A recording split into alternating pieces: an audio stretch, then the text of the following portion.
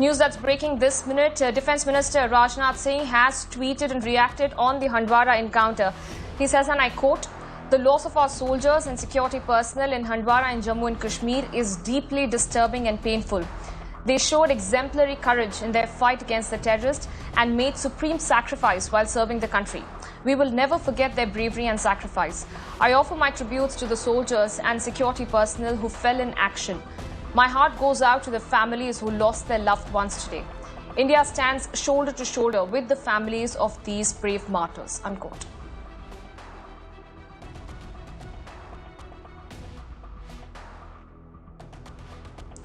My colleague Mir Farid now joining me on the phone line. Farid, Defence Minister Rajnath Singh right now reacting to the Handwara encounter.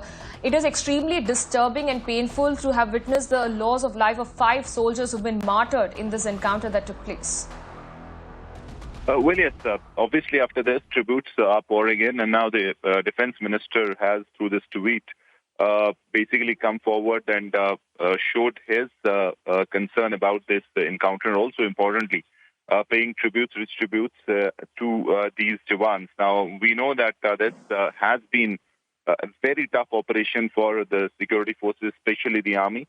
And after a long time, we've seen that such massive loss the army has suffered. Now, previously, yes, there have been losses, but not every day you see so many senior officers really being involved. And obviously, also, this tells you that they were leading from the front, be it the colonel of the 21 RR, Major, in fact, Ashutosh Pandey, that's what his name we've been given.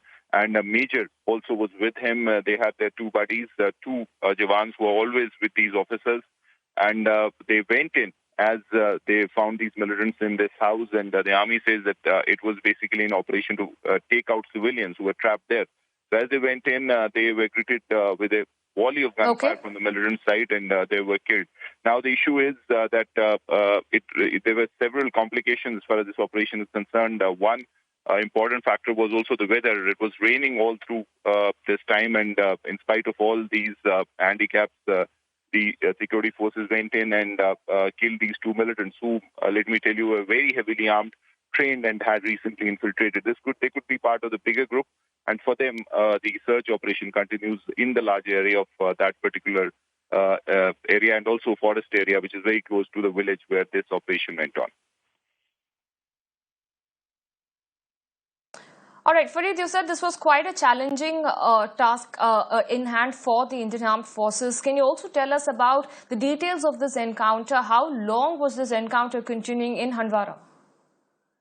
Well, if you talk of the overall operation, it had been ongoing from the last many days. As I said, it was a group that had infiltrated very recently, and the army and the security forces knew about it, and they were following them. Now, there was an initial contact a couple of days back in the forest area. Since the search operation continued, and then yesterday in the afternoon, to be precise, around 3:30 p.m. is the time when the militants were trapped and the gunfire or the exchange of fire started. Now, there were at least 2 to 3 houses in which the army believed that they were hiding. And as the crossfire intensified, there came this issue of civilians. That's what the army is telling us. And as this party, which was led by a colonel of the 21 RR, there was a major as well, and a sub-inspector of the J&K police. They were the first respondents. They went in.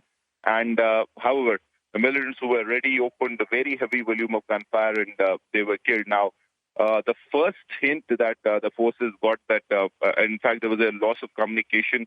The first hint was these militants using the walkie-talkie sets and mobile phones of at least 2 of the people or army people who were inside.